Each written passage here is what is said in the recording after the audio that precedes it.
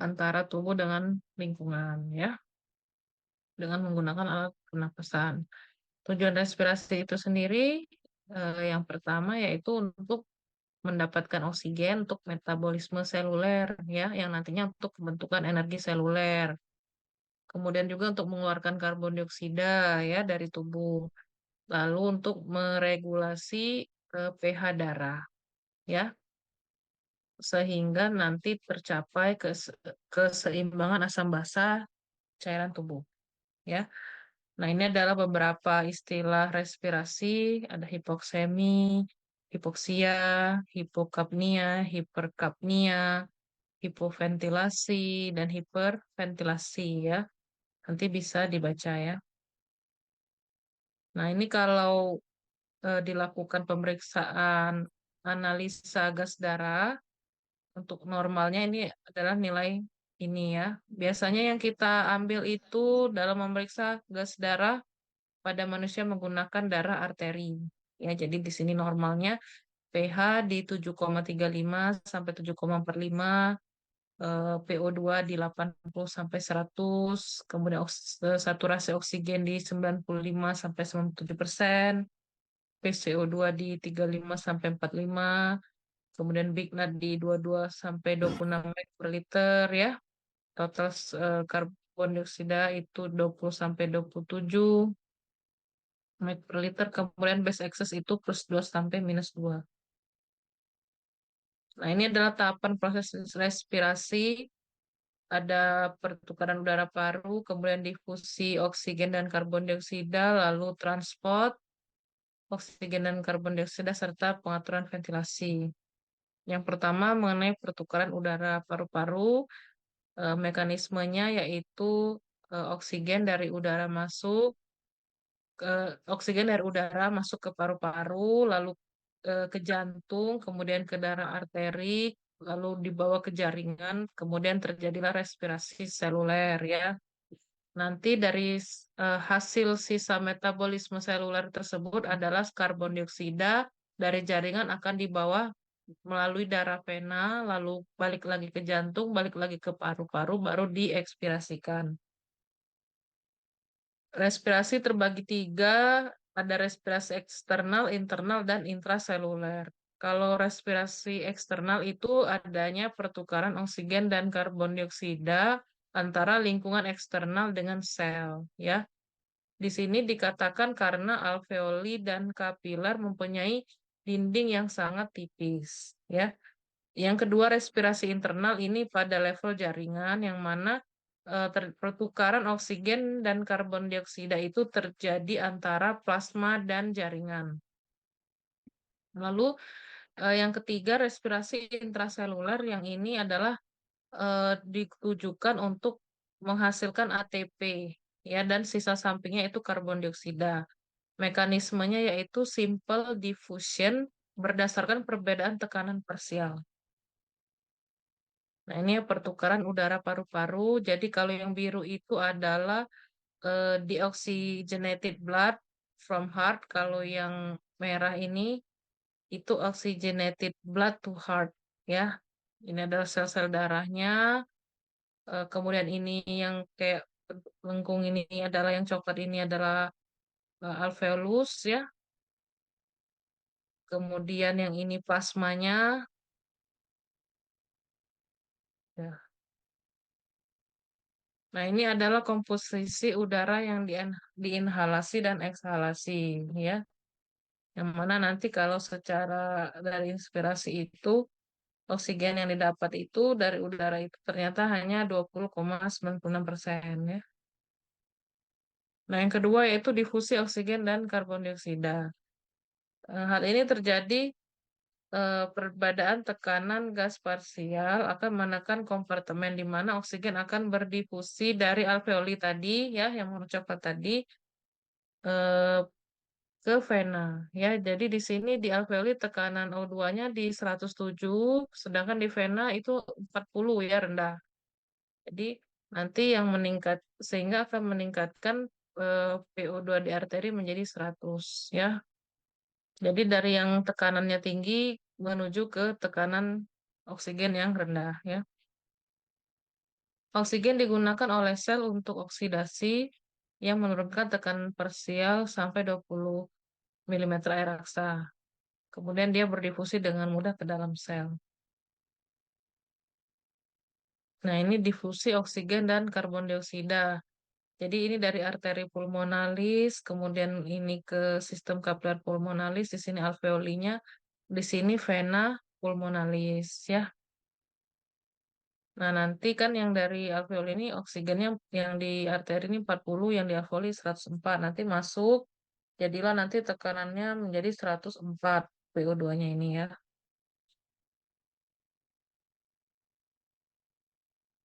Yang ketiga, transport oksigen dan karbon dioksida dalam darah. Jadi, eh, oksigen dan karbon dioksida diangkut dalam darah itu dalam bentuk lain dan bukan hanya terlarut. Oksigen apa namanya? Diangkut dalam bentuk berikatan dengan gugus prostetik hemoglobin yaitu pada bagian hemnya ya. Yang mana jadi seluruhnya hampir seluruh oksigen 97 sampai 98% diangkut dalam bentuk hem pada HB ini ya. Nah, sedangkan pengangkutan karbon dioksida itu yang terutama dalam bentuk bikarbonat dan hanya sebagian kecil yang diangkut dalam bentuk berikatan dengan HB ya.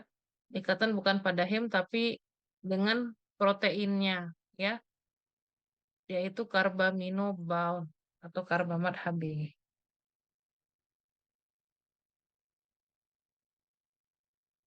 Nah, transfer oksigen dalam darah ya. Jadi yang pertama pada paru, oksigen itu dari alveolus berdifusi ke kapiler darah ya.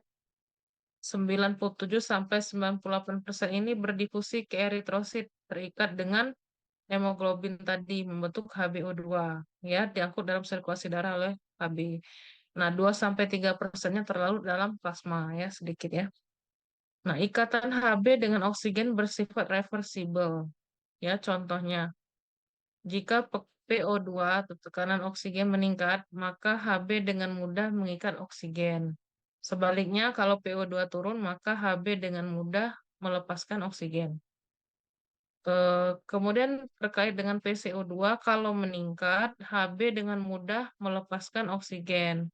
Nah, sebaiknya kalau PCO2 rendah, Hb dengan mudah mengikat oksigen. Ya, setiap molekul Hb maksimal mampu mengikat 4 molekul O2, ya, yang disebut oksihemoglobin. Ya, ini struktur kimianya. Nah, sudah di pada paru, selanjutnya pada jaringan perifer. Ya, di sini HbO2 dalam eritrosit ya nanti terurai kembali menjadi Hb dan O2. Nah, kemudian O2 dalam eritrosit dan plasma darah dia akan berdifusi ke dalam sel jaringan.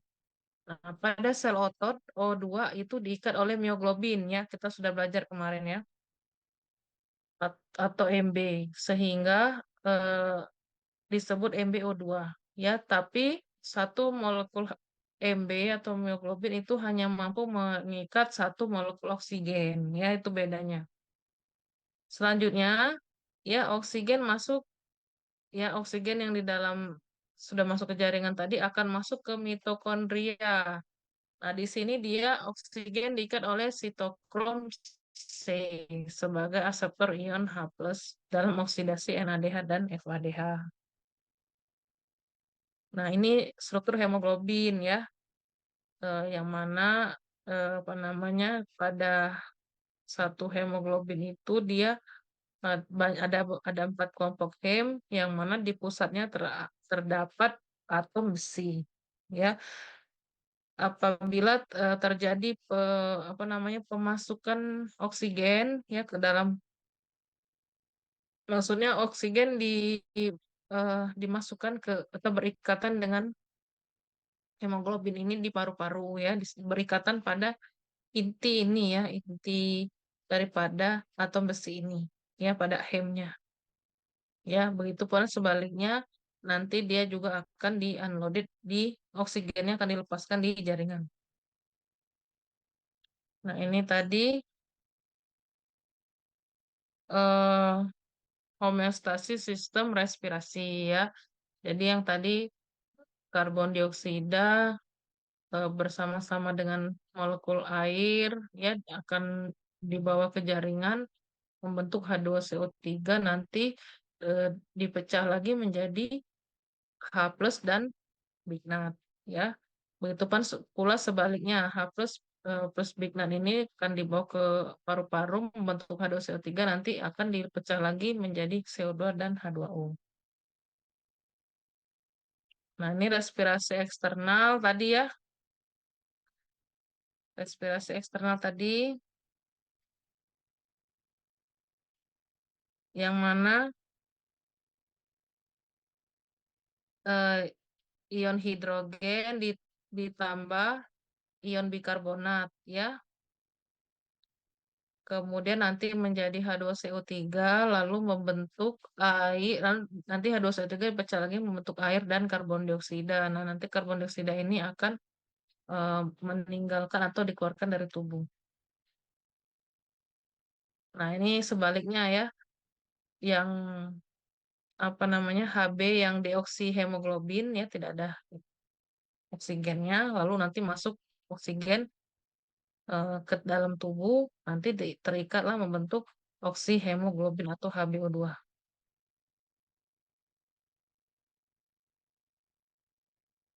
Lalu ini respirasi internal ya, eksternal, internal. Nah, nanti pada respirasi internal oksihemoglobin nanti dipecah lagi menjadi Hb plus O2 ya.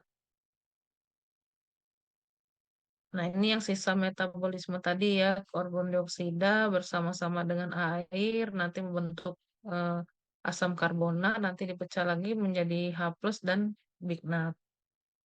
Begitu juga sebaliknya bisa terjadi ya.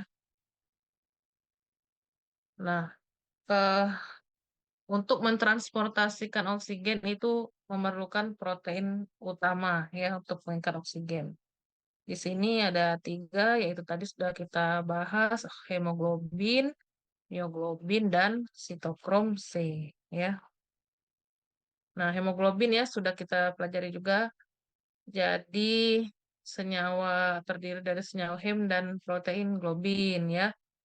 Ya, fungsinya tadi mengikat oksigen dan juga karbon dioksida dalam eritrosit. Ya. Nah, hem itu terdiri dari cincin porfirin yang mengandung ion Fe2+, itu feru, yang mana nanti berfungsi sebagai pengikat oksigen. Setiap hem mampu mengikat satu molekul oksigen. Ya. Nah, protein globin itu terdiri dari 4 rantai polipeptida, alfa 2 beta 2 ya. Kemudian setiap rantai terikat dengan gugus prostetik hem dengan satu atom besi di tengahnya. Berfungsi untuk menstabilkan konformasi hem dalam pengikatan oksigen. Jadi dia menstabilkan ini ya. Nah, jenis hemoglobin itu ada Hb fetal dan Hb adult ya, HbF dan Hba. Kalau HbF itu mayoritas itu pada prenatal, jadi janin di dalam kandungan ya, yang mana nanti dia paling banyak hemoglobin itu disintesisnya di hati dan limpa ya, di hepar dan lien ya. Nah, sedangkan Hb adult atau Hba itu mayoritas terproduksi setelah lahir ya, yang mana nanti pada tubuh manusia itu disintesisnya di sumsum tulang ya Hb ini ya. Nah, untuk komposisi hemoglobin dewasa ya 97%-nya tadi yaitu Hba1, sedangkan 2,5%-nya yaitu Hba2. Namun masih ada juga HbF ya yaitu 0,5%. Ya, jumlah besi hanya 0,35% dari berat protein keseluruhan. Nah, apabila pada kondisi tertentu bisa jadi HbF ini yang tinggi daripada Hba1 atau Hba2 atau Hba2-nya yang tinggi. Itulah yang menyebabkan penyakit kelainan darah ya. Pada talasemia itu HbF-nya yang tinggi. Nah, yang ini tadi maksudnya ini apa namanya ya? Kurva gitu ya, kembangan pola dari hemoglobin fetal dan newborn ya. Jadi ini Hemoglobin fetal ini kan ketika bayi lahir, yang sebelah kiri masih dalam kandungan, yang ini setelah lahir. Jadi yang tinggi itu adalah yang delta chain atau fetal. Nanti begitu sudah lahir, dia mulai menurun-menurun. Nanti di usia 3 bulan sudah mulai rendah ya delta chain-nya. Sebaliknya yang beta chain atau adult itu akan, oh sebentar ya dokter telepon dulu.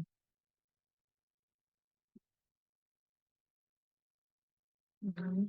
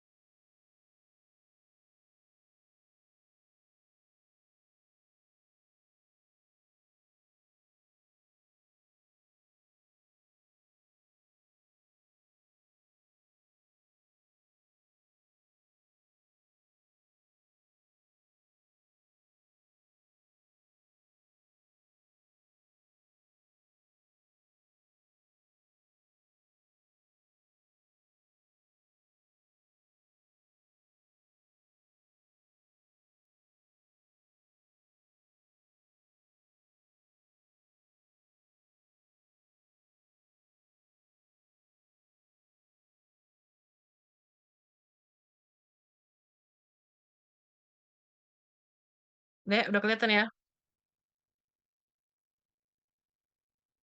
Nah, ini ya yang kalau tadi, kalau yang apa beta chain waktu pas di kandungan rendah, begitu saat sudah lahir dia langsung meningkat. Nanti di usia apa namanya kurang lebih 3 bulan dia sudah mulai tinggi normal gitu ya. Nah, selanjutnya ini kelihatan kan Dek ya? Lihat dok. Iya Iya. dok. Ini beda HbF dengan Hba. Jadi apa namanya struktur 2 alfa globin dan 2 beta globin pada apa namanya komposisi asam amino pada rantai delta berbeda dengan rantai beta, yaitu timbul perubahan struktural atau konfirmasi menyebabkan afinitas HbF terhadap 23 BPG lebih kecil dibanding Hba. Jadi yang berbeda itu adalah afinitas HbF ini terhadap 23 bifosfogliserat ini. Ya, dia kalau yang HbF dia lebih kecil dibandingkan dengan yang Hba, ya, ikatannya. Sebaliknya, afinitas HbF terhadap oksigen itu lebih besar dibandingkan Hba. Akibatnya oksigen yang dilepas oleh Hba ibu mudah diikat oleh HbF janin. Ya, jadi waktu dalam kandungan kan dia eh, apa namanya bayi itu bernafas melalui tali pusar ibunya. Ya, gitu. Jadi dia HbF ini mengikat oksigen dari ibunya.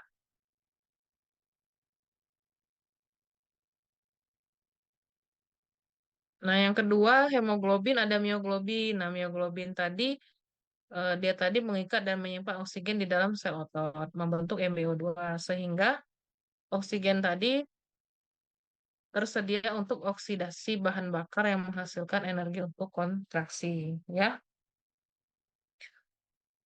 Jadi yang memberikan warna merah pada otot kita itu ya kan daging kita itu ya, rupanya yaitu mioglobin ini. Semakin tinggi kadar mioglobin, maka otot kita semakin merah, ya. Dia subunit alfa mengandung hem dan mengandung oksigen.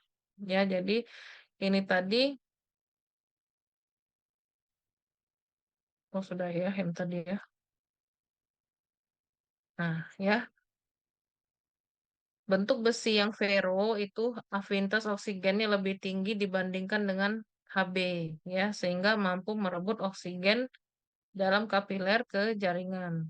Ya, jika teroksidasi yang ferro tadi menjadi feri, maka membentuk methemoglobin. Nah, yang ini tidak dapat mengikat oksigen. Ya, ya, mioglobin dapat menyimpan oksigen dalam otot dan baru melepas oksigen pada saat terjadi respirasi seluler tinggi di mitokondria. Ya, contohnya selama exercise. Ya, ketika istirahat nanti mioglobin akan mengikat oksigen kembali. Nah, yang ketiga protein transport oksigen itu sitokrom C ya. Dia protein transport elektron di membran mitokondria ini berperan pada siklus Krebs ya. Selanjutnya kurva saturasi oksigen. Jadi di sini kurva ini menggambarkan jumlah oksigen yang terikat dengan protein Hb atau mioglobin terhadap tekanan per sel oksigen. Kalau untuk Hb kurvanya berbentuk sigmoidalis, sedangkan kalau mioglobin itu berbentuk hiperbolik. Ya, semakin jenuh Hb terhadap O2, maka afinitas makin tinggi.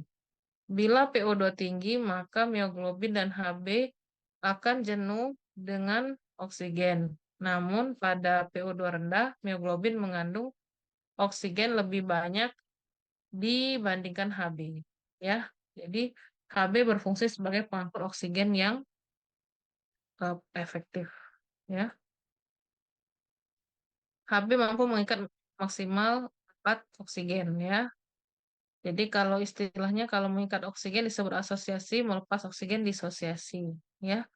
Hb mengikat oksigen di paru dan melepas oksigen di jaringan. Ya, mioglobin sementara ya mioglobin itu tetap jenuh dengan oksigen pada jaringan. Ya, sehingga pada otot yang istirahat mioglobin mengikat oksigen yang dilepas oleh Hb sewaktu otot beraktivitas dan PO2 menurun baru mioglobin melepas oksigennya. Ya, nah ini kurva saturasi oksigen untuk mioglobin dan hemoglobin ya. Kalau yang apa namanya hemoglobin tadi berbentuk sigmoidalis, mioglobin yang hiperbolik. Nah, sesudah kita bicara transport oksigen dalam darah, sekarang transport karbon dioksida dalam darah ya. Jadi karbon dioksida dari jaringan oleh darah diangkut dengan tiga cara, yaitu yang pertama terikat dengan protein darah tadi ya, membentuk karbamino, lalu melalui garam bikarbonat, lalu sisa CO2 yang 3% diangkut sebagai sisa H2CO3 ya, yang tidak berdisosiasi ya. Jadi kalau yang karbamino itu 20%, yang paling banyak membentuk garam bikarbonat ini 77%, sisanya 3% itu melalui H2CO3.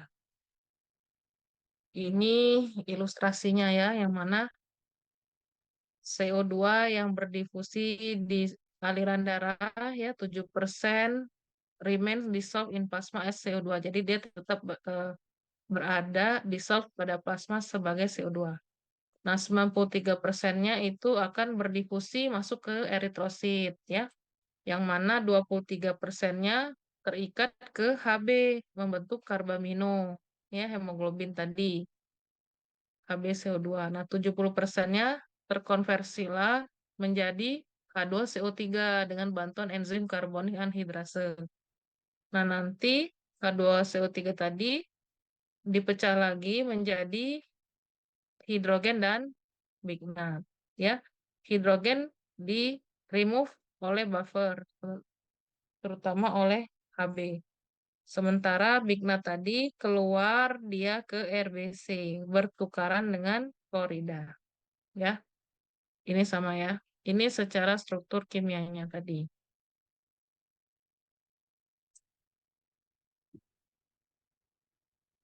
Nah, ini perbedaan transport oksigen dengan transport CO2.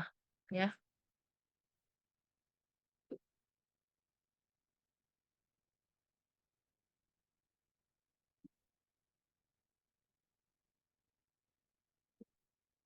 jadi ini adalah alveoli ya yang mengandung oksigen. Ini tadi apa namanya?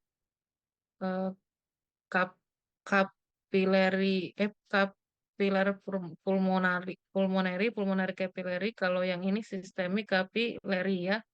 Masing-masing kapilari ini ada eritrositnya ya. Jadi oksigen itu masuk ke eritrosit di pulmonary capillary ya. Lalu di oksigen ini berikatanlah dengan Hb membentuk HBO2, karbamino tadi ya. Lalu pindahlah ke sini ya, ke systemic capillary. Nah, dari sini HbO2 tadi dipecah lagi menjadi oksigen dan Hb ya. Nah, oksigennya masuk ke dalam jaringan ya, perifer ini. Nah, selanjutnya yang CO2 pick up ya, sudah hasil sisa metabolisme yaitu karbon dioksida, nanti masuk lagi ke sini ya, ke sistemik capillary, masuk ke eritrosit ya. Di sini nanti bisa diikat lagi dengan Hb jadi HbCO2 karbamino ya. Sorry, yang ini yang karbamino. Nah, kemudian yang HCO3 bisa juga melalui dengan tambahan air menjadi H2CO3 ya, asam bikarbonat. Nanti dari asam bikarbonat tadi eh, dipecah lagi menjadi H plus dan HCO3 min ya. Nanti ini bertukaran dengan klorida masuk ya. Nah, di sini H plus tadi bersama-sama dengan Hb menjadi HBH. HbH plus ya. Nah, di sini HCO3 yang keluar tadi ya masuk lagi ke dalam eritrosit bersama-sama dengan H plus tadi menjadi H2CO3 lagi, lalu dipecah lagi menjadi molekul air dan karbon dioksida. Nah, karbon dioksida nanti baru berdifusi masuk ke alveoli paru lagi. Ya, di sini CO2-nya juga berasal dari sini ya, yang HbCO2 tadi. Nah, ini adalah pengaturan ventilasi ya, berikutnya ya, tahap respirasi. Jadi, eh, nilai normal dari analisis gas darah tadi PO2 PCO2 tadi ya di 80 sampai 100 ya kalau di luar tadi ya secara garis besar tadi ya. Itu yang di arteri ya 80 sampai 100 ya, agak ada perbedaan sedikit antara perempuan sama laki-laki. Perempuan agak lebih sedikit rendah. A arteri, V vena ya. Nah, kalau PCO2 tadi normalnya tadi yang di slide depan tadi 35 sampai 45 ya. Kalau wanita ada penurunan sedikit ya. Tapi secara garis besar sih 35 sampai 45 ya. Kalau PO2 80 sampai 100. Nah, ini perkiraan PaO2 pada orang sehat ini ada rumusnya ya. Nah, pengaturan ventilasi ini terjadi apabila PCO2 darah itu mulai meningkat di atas 40 milimeter air paksa. Nanti yang mengatur adalah sistem saraf pusat. Ya. Nah, ini kita bahas sedikit mengenai faktor yang berpengaruh pada afinitas Hb ya. Jadi ketika Hb terikat dengan oksigen disebut oksihemoglobin. Ya, ini pada kondisi rileks. Sedangkan jika Hb tidak mengikat oksigen disebut deoksihemoglobin. Ya, dalam bentuk TENS. Sewaktu oksigen terikat, konformasi Hb berubah dari tens yang ini menjadi rileks. Ya. Jika ferrotoroksidasi menjadi ferri, maka Hb tidak dapat mengikat oksigen. Ya, inilah yang disebut methemoglobin. Ya, karbon monoksida dan nitroksida mempunyai nitrooksida, nitromonoksida mempunyai afinitas Vero lebih tinggi daripada dengan oksigen sehingga dapat menggantikan kedudukan oksigen dalam Hb ya, yang sehingga dikatakan karbon monoksida dan nitromonoksida ini bersifat toksik ya karena nanti Hb tidak bisa mengikat oksigen. Ya, akibatnya nanti oksigen dalam darah menjadi rendah, menjadi hipoksia, hipoksemia. Yang tadi gambar konformasi T dan R tadi ya. Nah, jadi ini ikatan Hb dengan karbon monoksida ya. Nah, jadi karbon monoksida itu terikat secara kompetitif pada situs pengikatan oksigen dan karbon dioksida. Nah, yang berbahaya itu karena apa? Afinitas Hb terhadap karbon monoksida itu 200 kali lebih besar dibandingkan oksigen ya. Otomatis kalau karbon monoksida itu terhirup oleh kita ya, otomatis oksigen ini sudah pasti kalah, tidak bisa diikat oleh Hb. Ya, di mana lagi ikatannya itu sukar lepas atau irreversible. Ya, sudah terikat dia tidak bisa gampang lepas antara Hb dengan karbon monoksida. Afinitas Hem tanpa globin terhadap karbon monoksida itu 25.000 kali terhadap oksigen ya. Tidak terjadi di dalam Hb karena ada His E7 atau distal ya. Nah, jika ada karbon monoksida, maka Hb tidak dapat mainkan oksigen dan karbon dioksida. Batas toleransi suhu tubuh sangat rendah ya. Kurang dari 1% situs pengikatan oksigen ditempati CO, maka sudah bisa menyebabkan eh, apa namanya fatal ya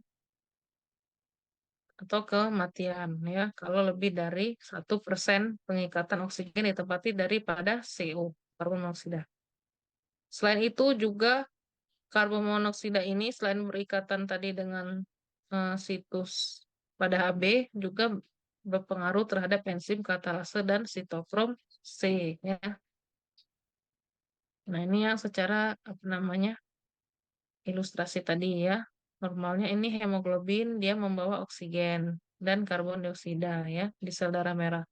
Tapi ketika ada karbon monoksida, dia akan terikat dengan sangat kuat ke hemoglobin ya. Oksigen dan karbon dioksida tidak dapat lagi dibawa oleh hemoglobin ya. Nah, ikatan Hb dengan sianida selanjutnya yang berbahaya lagi ya, selain karbon monoksida sianida ya. Ini yang kita terkenal dengan kasus es kopi Vietnam ya. Nah, di sini sianida itu dapat terikat secara irreversible dengan Hb, yaitu HbCN ini ya. Dia bersifat kompetitif dengan oksigen sehingga Hb tidak bisa mengikat oksigen. Kurang lebih sama yang kayak tadi ya dengan karbon monoksida ya. Normalnya MnHb ya Fe3+ ini menjadi HBO Fe2+ oleh MedHb reduktase ya. Oleh enzim MedHb reduktase dia akan berubah menjadi HBO Fe2+ ya. Akan tetapi ketika MedHb ditambah dengan sianida dia akan membentuk sian MedHb. Nah, yang ini tidak dapat direduksi oleh MedHb reduktase ya. Pengikatan Hb ini terjadi, Hb dengan Cn ini terjadi, sianida ini terjadi dalam waktu singkat, ya, sehingga mengganggu transportasi oksigen ke sel dan juga menghambat aktivitas sitokrom oksidase, sehingga respirasi oksidatif terganggu. Nah ya, jadi ini dari HCN asam sianida ya terhirup ya atau bisa juga termakan ya sianidanya dalam bentuk padat ya atau asapnya ini terhirup. Nah, ini sudah sangat bahaya ya. Langsung dia berikatan dengan Hb bentuk HbCN ini ya. Lalu dia mengganggu sitokrom oksidase lalu nanti akan timbullah gejala mual, muntah, asidosis, kejang-kejang, tidak sadar lalu meninggal dalam waktu singkat.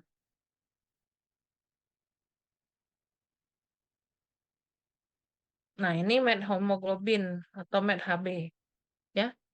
Jika fero teroksidasi menjadi feri, maka Hb ini tidak dapat mengangkat oksigen. Maka harus selalu direduksi bantuan enzim Hb reduktase tadi kan, supaya dapat tereduksi menjadi fero kembali. Nah, penyebab terbentuknya Hb ini ada 3 contohnya di sini. Yang pertama adanya senyawa sulfonamida, ya, atau obat-obat golongan sulfa. Lalu kelainan herediter, yaitu HBM, ya. Lalu bisa juga karena menurunnya aktivitas enzim MedHb reduktase. Ya, efektor Hb. Nah, ini kita belajar tentang efektor Hb, itu komponen yang berpengaruh pada kapasitas afinitas Hb terhadap oksigen. Ya, regulasi allosterik. Ya, pengaruh pada kapasitas afinitas Hb terhadap oksigen. Ya, ingat.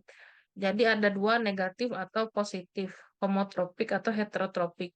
Nah, kalau oksigen itu adalah efektor homotropik positif, ya, yang mana kurva saturasi efektor positif akan bergeser ke kiri, kalau efektor negatif bergeser ke kanan. Ya, secara fisiologis efektor negatif menguntungkan oleh karena meningkatkan suplai oksigen ke jaringan.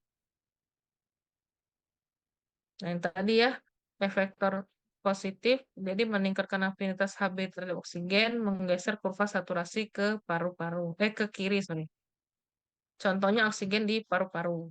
Kalau efektor negatif itu menurunkan afinitas Hb terhadap oksigen sehingga oksigen mudah lepas ke jaringan, menggeser kurva saturasi ke kanan. Contohnya enzim BPG tadi, fosfogliserat, ion hidrogen dan karbon dioksida.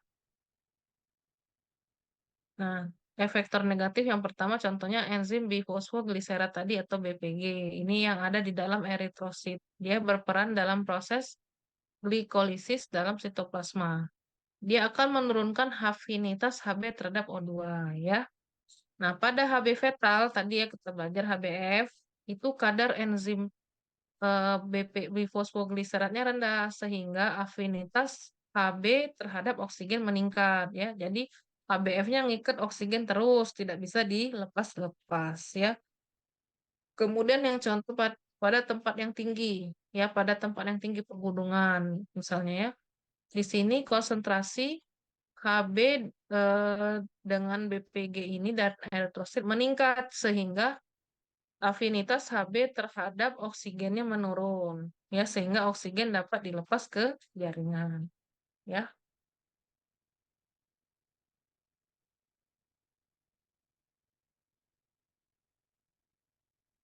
Nah, efek kemudian yang selain enzim BPG tadi ada ion hidrogen ya.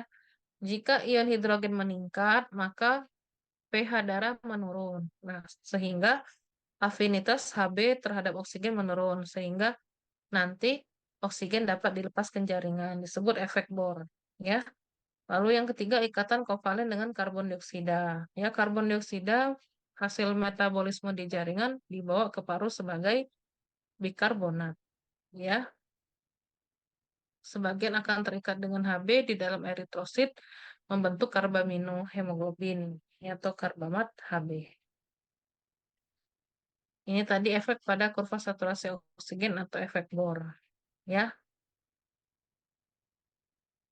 efek pH pada kurva saturasi oksigen seiring dengan penurunan pH, afinitas hemoglobin terhadap oksigen menurun menimbulkan efek Bohr. Jadi semakin lepas oksigennya. Nah, ini efek penurunan tekanan oksigen, ya. Ini hipoksia itu disebabkan PO2 menurun, ya. Eh, contohnya, efeknya yaitu contohnya gangguan penglihatan, sakit Ini kepala, Git, mual, kecakapan mental menurun, ini yang dari kejang dan gamma lemah. Lalu doste. tempat yang tinggi ya, tempat yang tinggi itu juga menyebabkan Sini. PO2 menurun, yang mana ventilasi paru meningkat, eritrosit meningkat, kapasitas Baru minta difusi sama paru Bati. meningkat, kardiak output meningkat, dan respons sel meningkat. Tolong ya, itu Afif bocor suaranya. Maaf dokter. Ya, ini efek penurunan tekanan oksigen ya. Pada contohnya pada kasus ARDS, Acute Respiratory Distress Syndrome ya, di mana terjadi insufisiensi respirasi ya. Di sini pada ARDS itu terjadi penurunan eh, PaO2 di bawah 60 atau PaCO2 di atas 50. Normalnya tadi berapa? PaO2 80 sampai 100 ya. Kalau PaCO2 itu 35 sampai 45. Nah, bila terjadi demikian, maka otomatis bisa menurunkan saturasi oksigen di bawah 90%, sehingga terjadi hipoksia cerebri. Ya, PaO2 apabila yaitu PaO2 di bawah 40 mm air raksa selama lebih dari 10 menit. Nah, bila terjadi anoksia cerebri selama 4 menit, yaitu pH dan PaCO2-nya menurun, maka ini bisa menyebabkan terjadinya koma yang irreversible. Nah, ini penyebab hipoksia ya. Ada kondisi shock, kondisi penyakit paru, dan juga paralisis pernafasan. Kondisi shock ini maksudnya bukan shock kita kaget, itu bukan ya, tapi penurunan tekanan darah ya yang sangat rendah akibat penyakit jantung, perdarahan hebat, trauma hebat, maupun infeksi atau sepsis. Bisa juga disebabkan oleh penyakit paru, adanya asma, pneumonia, ya, penyakit paru obstruksi menahun, trauma dada, bronkiolitis ya, dan lain-lain. Nah, ini paralisis pernapasan ya, kelumpuhan otot-otot pernapasan bisa karena keracunan obat tertentu, obat-obatan anestesi, penyakit miastenia gravis, trauma sistem saraf pusat, dan polineuritis. Nah, selain itu, respirasi ini juga berperan dalam buffer darah ya, yang mana kita tahu nanti kita pelajari setelah ini, buffer darah itu terdiri dari 4 ini, protein plasma, buffer hemoglobin, bikarbonat, dan buffer fosfat. Nah, agar reaksi kimia dalam tubuh kita dapat berjalan lancar, maka keseimbangan asam basa itu harus terjadi, yang mana mempertahankan pH di 7,35 sampai 7,45 ya. Otomatis bila tidak berada di kisaran ini, maka akan terjadi gangguan metabolisme atau reaksi biokimia. Ya. Nah, untuk mempertahankan kisaran pH tetap normal di rentang 7,35 sampai 7,45 ini, maka ada yang namanya sistem buffer ya. Kemudian yang bereaksi dalam beberapa detik. Kemudian juga ada respirasi, ini bereaksi 1-3 menit, dan ginjal bereaksi dalam waktu jam sampai hari. Ya. Bila pH berada di bawah rentang normal disebut asidosis, bila di atas rentang normal disebut alkalosis. Nah, ini korelasi antara kadar atau tekanan karbon dioksida dengan pH ya. Normalnya PCO2 itu pada posisi homeostasis ya, yaitu PCO2 40 sampai 45 ya. Jika terjadi asidosis, otomatis artinya PCO2-nya di atas 40 sampai 45. Alkalosis yaitu bila PCO2-nya di bawah 40 sampai 45. Ya, ini homeostasis keseimbangan, ini PCO2, ini pH ya. Jika PCO2-nya meningkat, nah naik ke atas ya, jungkir-jungkir ini, otomatis maka pH-nya akan turun dan menyebabkan asidosis. Sebaliknya jika PCO2-nya turun, maka yang naik justru adalah pH. Ya, jadi dia berkebalikan sehingga menyebabkan alkalosis. Ya, alkalosis dan asidosis respiratori. Ya. Agar pH darah tetap dalam kisaran 7,35 sampai 7,45, maka rasio HCO3 dan H2CO3 itu adalah 20:1 ya. Bignan dan asam karbonat itu adalah 20:1. Jika pola nafas terganggu, maka dapat terjadi alkalosis respiratorik dan asidosis respiratorik ya.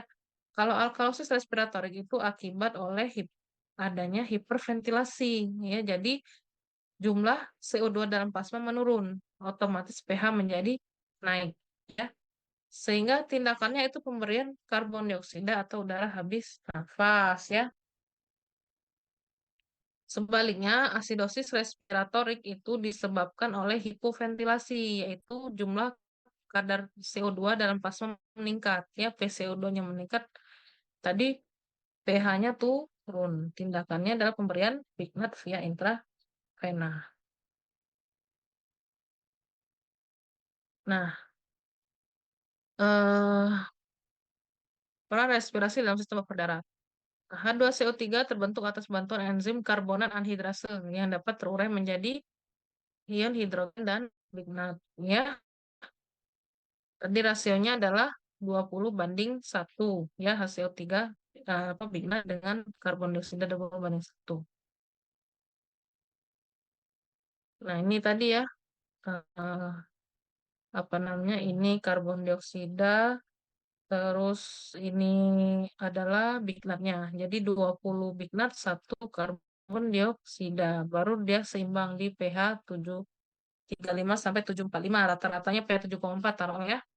Nah, bila di sini karbon dioksidanya eh, lebih tinggi gitu ya daripada seharusnya 2 gitu. Misalnya kan 1 tadi 20:1, dia 2. Otomatis nanti akan terjadi apa namanya? Asidosis respiratori. Nah, sebaliknya jika misalnya karbon dioksidanya cuma setengah, mestinya cuma ada 1 kan, 20:1, dia cuma setengah, artinya nanti terjadi alkalosis atau respiratory alkalosis ya.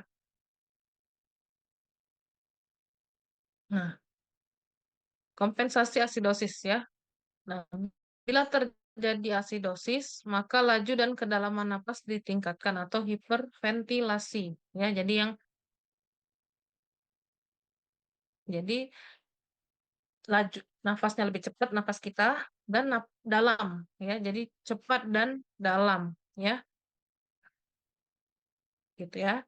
Sehingga jumlah CO2 yang dikeluarkan dari nafas meningkat. Kan otomatis kalau kita nafasnya banyak, karbon dioksida yang dihembuskan juga banyak. Nah, harapannya karbon dioksida terhembus banyak, maka PCO2 turun, ini PCO2-nya akan turun ya. Sehingga nanti akan meningkatkan pH ya. Sehingga pH normal lagi.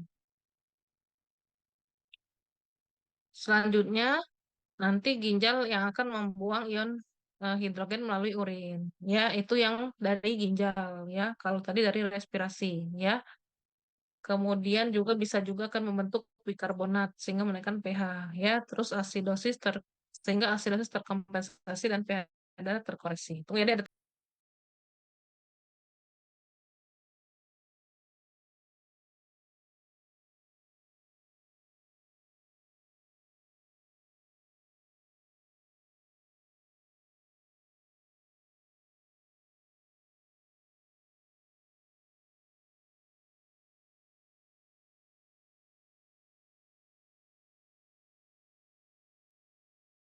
udah ya.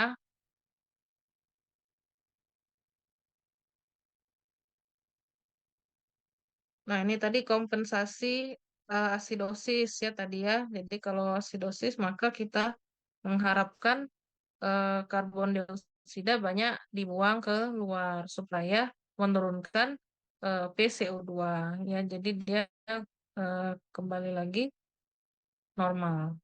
Ya, jadi ini ada sistem buffer ginjal dan juga respirasi gitu ya.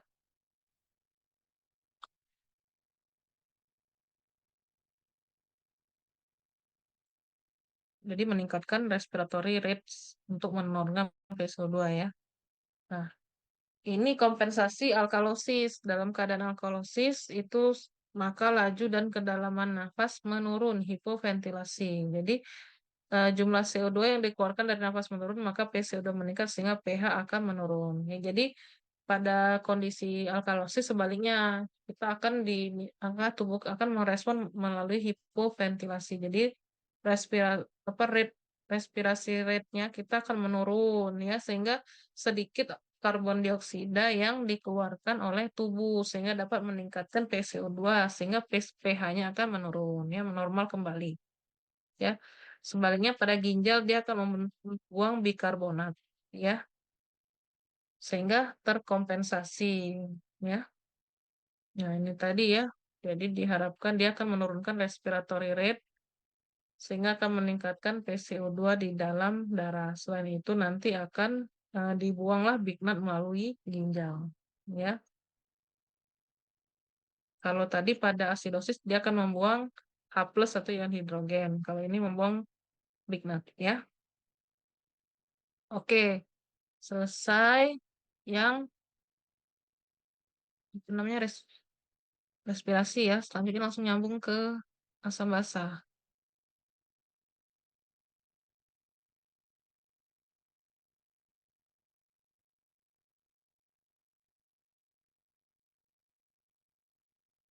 Nah, ini nggak terlalu sedikit ya. Nggak terlalu sedikit, nggak terlalu banyak.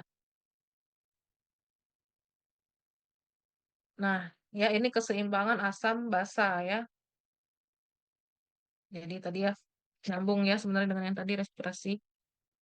Jadi dikatakan yang tadi ya merupakan komponen penting dalam tubuh asam basa ini untuk mempertahankan homeostasis atau keseimbangan ya. Normal tadi di 7,35 sampai 7,45 ya, sudah tahu ya.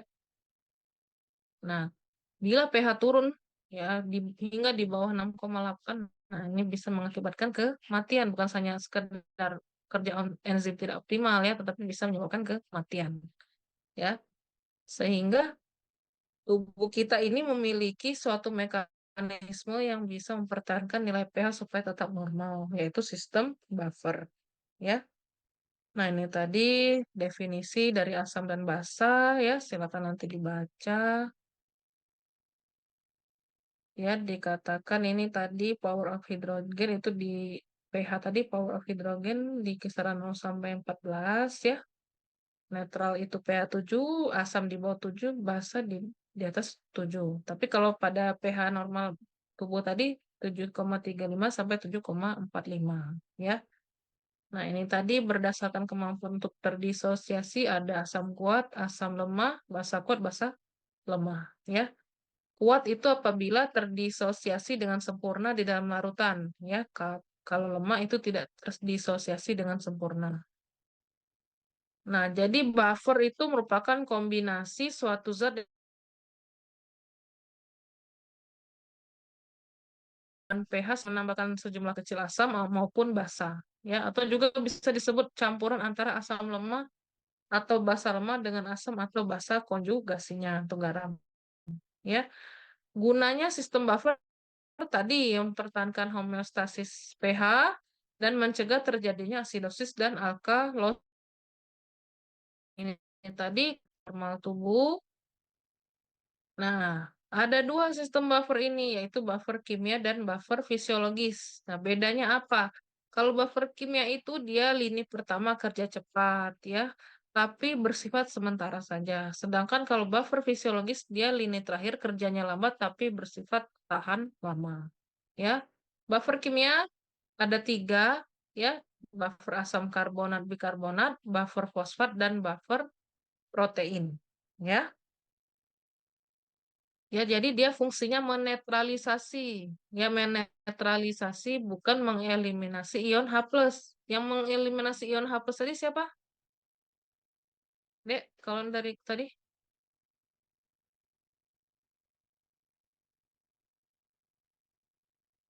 ginjal tadi ya. Nah, ini contoh buffer asam karbonat dan bikarbonat. Yang pertama ya, dia terpenting untuk mempertahankan nilai pH cairan ekstraseluler ya. Jadi banyak ditemukan di cairan ekstraseluler dan diatur secara ketat oleh ginjal dan sistem pernafasan. Ya, ini tadi ya, karbon dioksida H2O menjadi H2CO3 dengan bantuan karbon anhidrase lalu membentuk H+ dan HCO3 bignat. Nah, ini nanti dibuang melalui ginjal ya. Sistem buffer hanya dapat menyangga peningkatan atau penurunan H+ ya yang diakibatkan oleh mekanisme lain di luar sistem ini. Yang kedua, buffer kimia yaitu buffer fosfat. Nah, ini terdiri dari garam fosfat yang bersifat asam dan basa ya. Nah, garam fosfat bersifat asam, dia akan mendonasikan hidrogen bebas ketika tingkat keasaman turun ya. Sebaliknya, bila bersifat basa, dia menerima hidrogen bebas ketika tingkat keasamannya naik ya. Konsentrasi buffer fosfat di cairan ekstraseluler sangat rendah karena banyak di dalam sel, ya. Sehingga buffer fosfat itu efektif menyangga pH cairan intraseluler, ya. Fosfat tidak direabsorpsi dan tetap berada di dalam cairan tubulus untuk diekskresikan, ya, sehingga efektif menyangga pH urin, ya.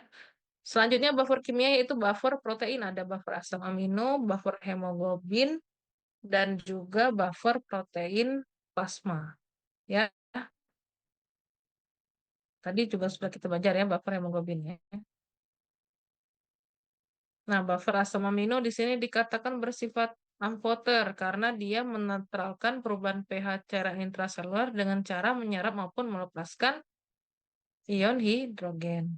Ya, gugus asam karboksil yaitu donor ion H+ ketika terjadi penurunan konsentrasi hidrogen ya. Kalau gugus basa amina akseptor ion H+ kan kenaikan tingkat keasaman menjadi ion ya. Ya, kalau buffer hemoglobin tadi dia mengikat kelebihan karbon dioksida di dalam kapiler ya dengan bantuan karbon anhidrase ya bereaksi dengan H2O. Reaksi ke kanan dan apa namanya tingkat keasaman meningkat ya. Hb mengikat ion H+ sehingga tingkat keasaman menurun. Selanjutnya buffer plasma, yaitu jika pH cairan ekstraseluler turun, maka ion hidrogen dipompa dari cairan ekstraseluler menuju cairan intraseluler, ya. Di buffer oleh protein cis. Kemudian jika pH cairan ekstraseluler naik, maka ion hidrogen dipompa dari cairan intraseluler menjadi cairan ekstra menuju cairan ekstraseluler. Ya, perpindahan ini akan digantikan oleh kalium. Nah, selanjutnya buffer fisiologis. Nah, ini tadi ya, bersifat lambat, tapi dia tahan lama. Ya, dia eliminasi ion H+ langsung. Itu terdiri dari sistem respirasi dan ginjal. Ya, tadi ya, sudah kita belajar respirasinya. Ya, jadi sistem respirasi ya mengatur tingkat keasaman melalui kontrol pengeluaran CO2 akibat terjadinya peningkatan atau penurunan eh, tingkat keasaman di dalam arteri. Ya, peningkatan konsentrasi hidrogen arteri yang bukan karena penyebab respiratorik metabolik ini akan meningkatkan ventilasi paru sehingga CO2 banyak dihembuskan keluar dan mengurangi konsentrasi CO2 dalam tubuh dan mengurangi keasaman, ya. Nah, jika konsentrasi CO2 terlalu rendah, sebaliknya akan diturunkan ventilasi paru tadi supaya ventilasi paru melambat, terjadi akumulasi CO2 di dalam darah lebih cepat daripada pengeluaran CO2 tersebut melalui paru, ya. Nah, selanjutnya ginjal. Nah, ginjal ini tiga faktor yang saling berkaitan dalam menjaga homeostasis pH cairan tubuh, yaitu ekskresi H+, ya, ekskresi bignat, dan sekresi amonia. Ya. Nah, hidrogen di dalam darah akan disekresikan ke dalam tubulus proksimal ginjal, ya. Ya, jadi transport aktif primer melalui pompa hidrogen dan transport aktif sekunder melalui antiporter natrium hidrogen, ya. Nah, kemudian di tubulus distal ginjal ya juga nanti dibantu oleh sel prinsipal dan sel interkalasi, ya. Sel prinsipal ini menjaga keseimbangan natrium dan kalium melalui aldosteron. Kemudian menjaga keseimbangan air melalui antidiuretik hormon, ya. Nah, sedangkan sel interkalasi ini menjaga keseimbangan asam basa, yaitu kalau sel interkalasi A, dia akan menyekresi hidrogen, mereabsorpsi kalium, dan mereabsorpsi bignat. Nah, sebaliknya sel interkalasi B, dia akan mereabsorpsi hidrogen, menyekresi kalium, dan bignat. Ya, yang terakhir nanti ke koligen ginjal. Ya. Nah, selanjutnya kita masuk ke gangguan keseimbangan asam basa. Ada asidosis, ada alkalosis, ya. Dikatakan asidosis apabila tadi yang rasio HCO3 dengan H2CO3 tadi ya, ingat di bawah 20 atau pH di bawah 7,35, atau kalau alkalosis tadi di atas rasio yang tadi HCO3 dengan H2CO3 di atas 20 atau pH di atas 7,45.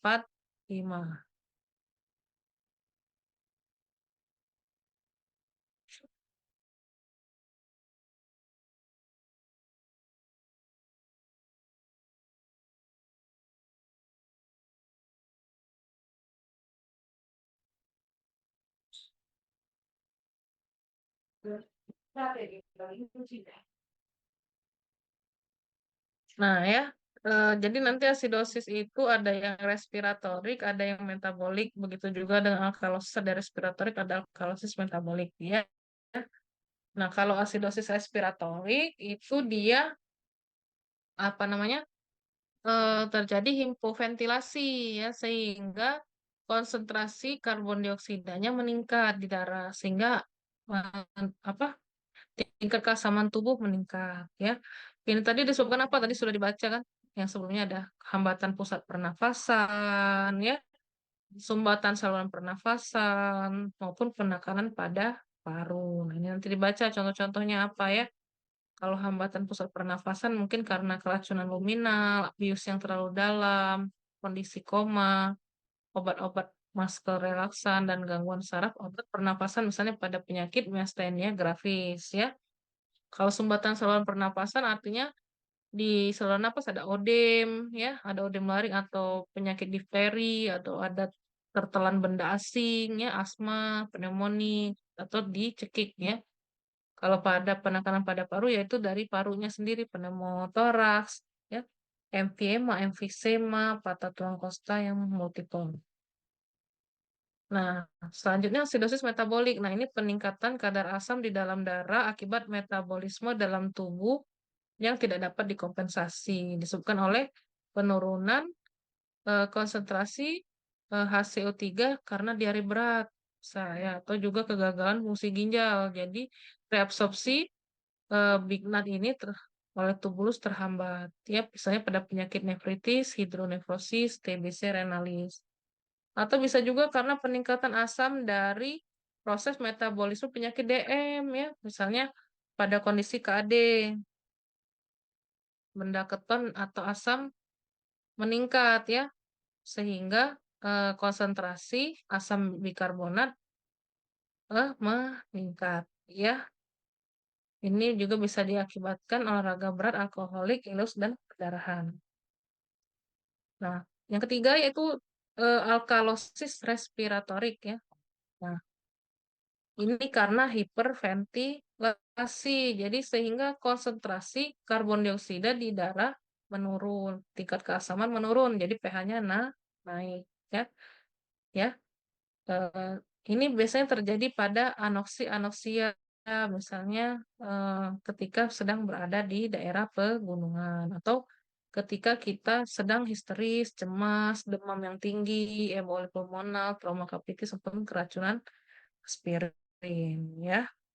Jadi kan kalau kita misalnya cemas atau ketakutan kan, napas kita kan cepet gitu ya, otomatis banyak karbon dioksida yang dibuang sehingga karbon dioksida di dalam darah kita menjadi turun, jadi menyebabkan alkalosis.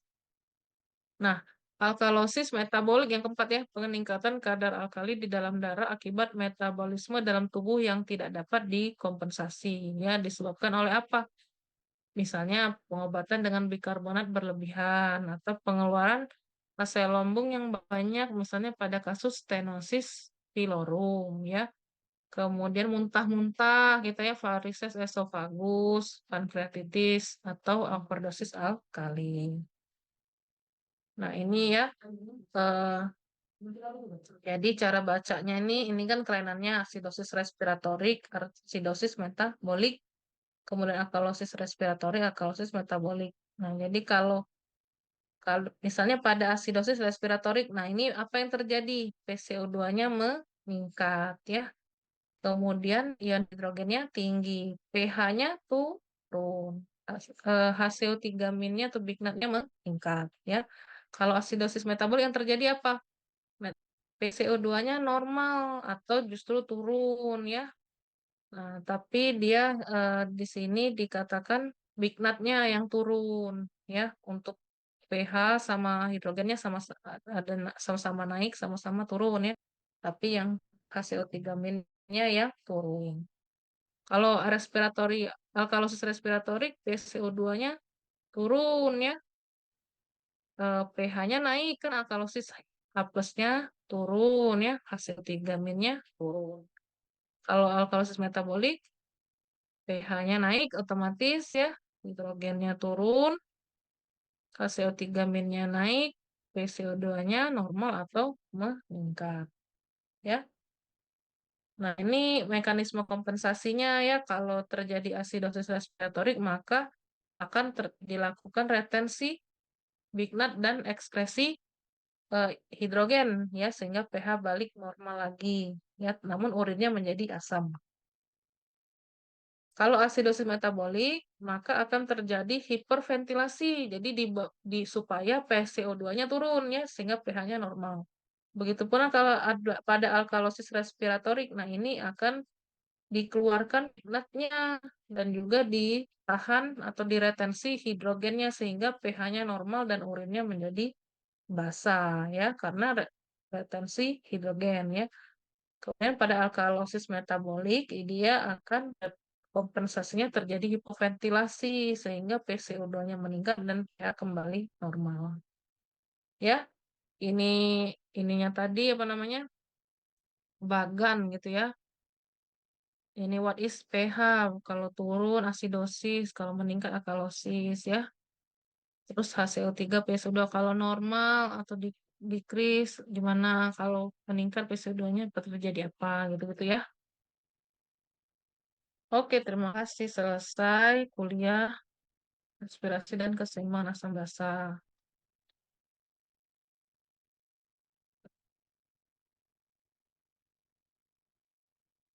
Ada pertanyaan nggak? Dokter nanti kalau mau butuh bahannya bisa nanti perwakilan kelasnya WA ke dokter ya. Tapi ini sama kok seperti tahun lalu ya bahannya. Cuma kalau mau minta boleh. Atau yang kemarin-kemarin nanti WA aja apa yang mau dikirim ya. WA ke dokter perwakilan kelasnya ya. Utang dokter satu lagi berarti ya biokimia darah itu ya. Nanti kita cari waktu lagi ya. Kapan yang kalian ada kosong ya. Oke, tidak ada pertanyaan sepertinya. Terima kasih atas perhatiannya. Tertutup. Wassalamualaikum warahmatullahi wabarakatuh. Selamat siang. Terima kasih dokter. Kalau gitu. Semuanya Terima kasih dokter.